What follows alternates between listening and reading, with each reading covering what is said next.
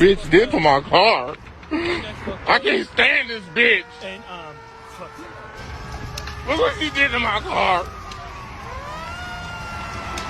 What?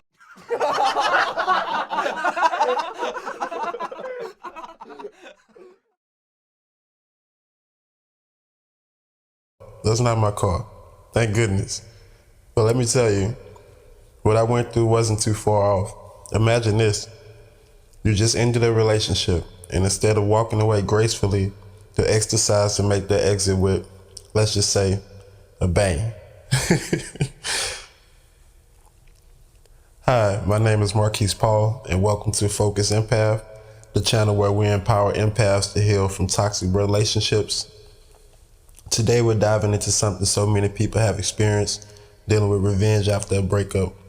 Whether it's slashed tires, cryptic texts, or even damaged property, we're talking about what happens when love turns into rage and someone you once trusted acts out in destructive ways.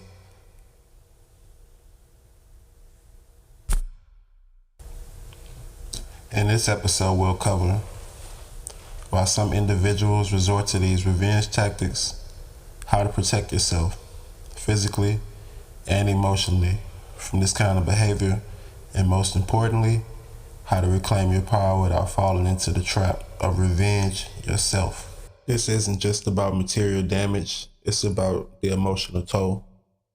How do you move forward when someone you cared about lashes out to hurt you? So let's talk about it. Grab a cup of tea, take a deep breath, and let's unpack this together. Because you deserve to move on, not just to survive, but thrive. Let's get started.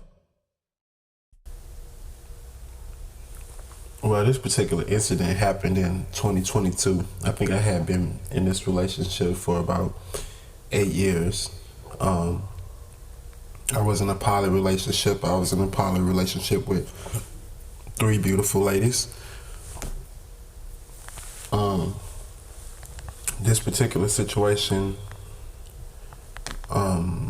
we had some issues pertaining to infidelity with one of my wives, and we had separated the previous year, and we're trying to mend a relationship for the children and whatnot. So we get back together. It's some incident at the club with me and the guy, the side dude or whatever, that led to me, asking more questions and stuff like that. So I eventually ended up leaving after, that incident. And, at the time we had 2 homes,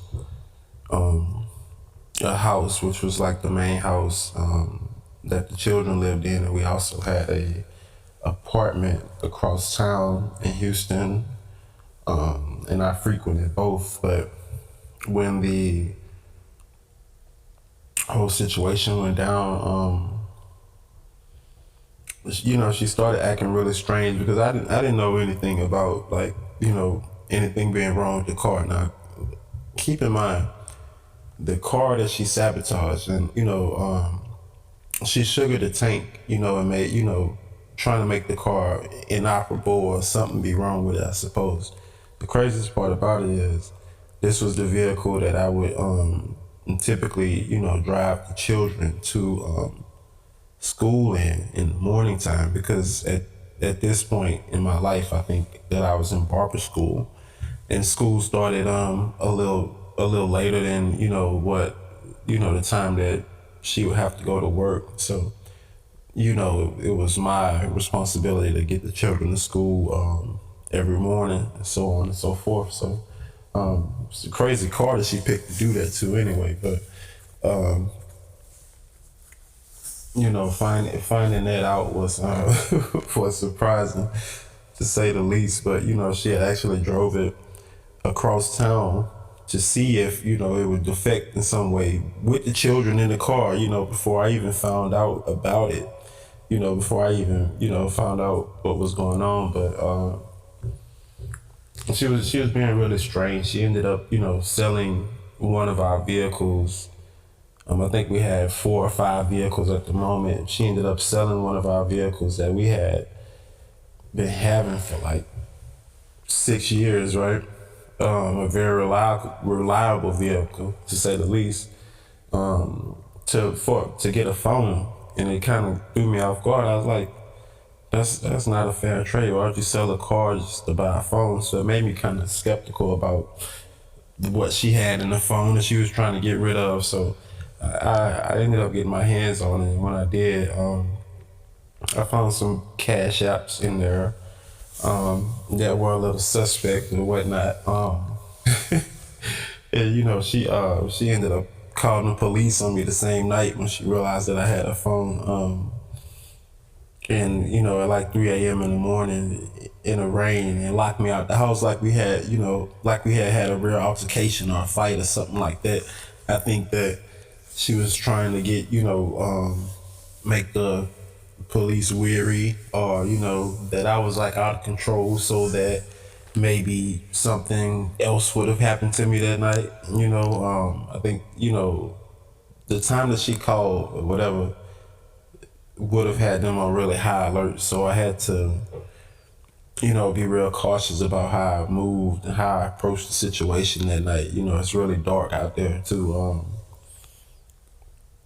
I expressed my concerns to him. I told him that I could see a sugary substance, around the gas tank, the gas cap, and I can also see, the residue of